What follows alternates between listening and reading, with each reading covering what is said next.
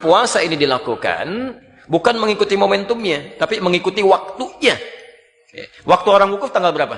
8 apa 9? 9. Di waktu orang wukuf di tanggal 9 Dzulhijjah. Artinya, kalau di satu tempat, satu daerah, satu negara, sudah masuk ke tanggal 9 Dzulhijjah, sekalipun tidak sama dengan tempat orang wukuf sekarang di Saudi, maka itu sudah harus menunaikan puasanya. Jadi jatuh puasanya pada tanggalnya, bukan pada momentum wukufnya. Jelas ya? Yang harus diikutkan pada tempat tertentu.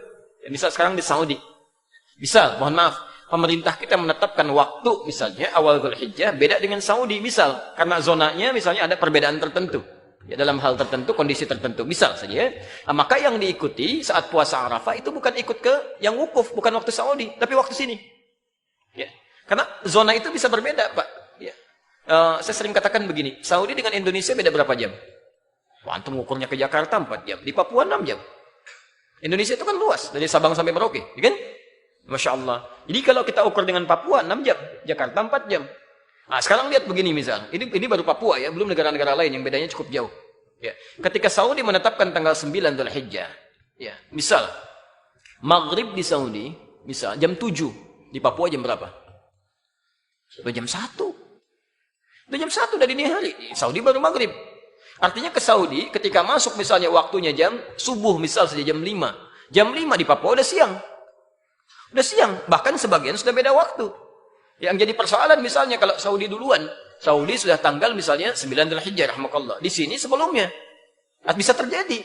Jadi begitu sana sudah masuk maghrib, di satu tempat misalnya baru masuk ke awal tanggal 9. Ya, baru mau subuh. Gitu kan itu belum nyambung, waktunya berbeda.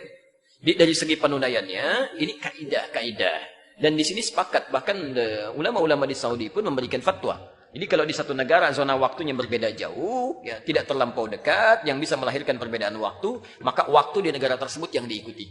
Kecuali kalau waktunya dekat, sekitaran Teluk, kemudian UAE, Qatar, bahkan kami sampai ke Libya. Itu kalau Saudi musim haji sudah ikut waktu Saudi, ya nggak ribut-ribut lagi. Kecuali kalau yang masanya cukup agak jauh seperti kita saat ini di beberapa tempat. Jelas ya? Jadi nanti kalau pemerintah menetapkan waktu misalnya bersamaan, alhamdulillah. Kalau tidak, ikuti waktu kita.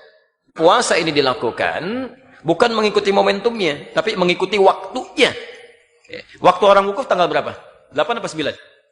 9. Ya. Di waktu orang wukuf di tanggal 9 Dzulhijjah. Artinya, kalau di satu tempat, satu daerah, satu negara, sudah masuk ke tanggal 9 Dzulhijjah, sekalipun tidak sama dengan tempat orang wukuf sekarang di Saudi, maka itu sudah harus menunaikan puasanya.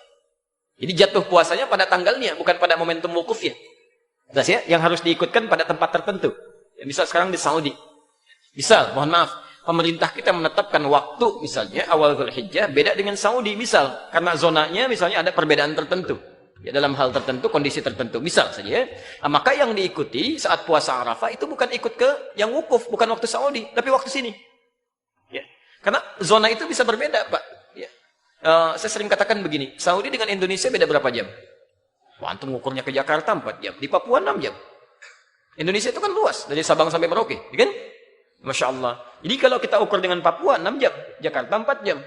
Nah, sekarang lihat begini misal, ini baru Papua ya, belum negara-negara lain yang bedanya cukup jauh. Ya. Ketika Saudi menetapkan tanggal 9 Dzulhijjah, ya, misal maghrib di Saudi, misal jam 7, di Papua jam berapa? Udah jam 1. Udah jam 1 dari dini hari, di Saudi baru maghrib. Artinya ke Saudi, ketika masuk misalnya waktunya jam subuh, misal saja jam 5. Jam 5 di Papua udah siang. Udah siang, bahkan sebagian sudah beda waktu. Yang jadi persoalan misalnya kalau Saudi duluan.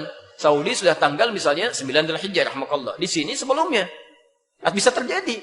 Jadi begitu sana sudah masuk maghrib, di satu tempat misalnya baru masuk ke awal tanggal 9. Ya, baru mau subuh. Gitu kan itu belum nyambung, waktunya berbeda.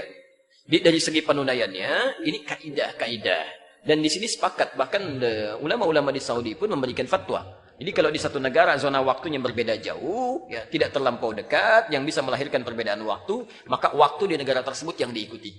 Kecuali kalau waktunya dekat, sekitaran Teluk, kemudian UAE, Qatar, bahkan kami sampai ke Libya. Itu kalau Saudi musim haji sudah ikut waktu Saudi, ya nggak ribut-ribut lagi. Kecuali kalau yang masanya cukup agak jauh seperti kita saat ini di beberapa tempat. Jelas ya?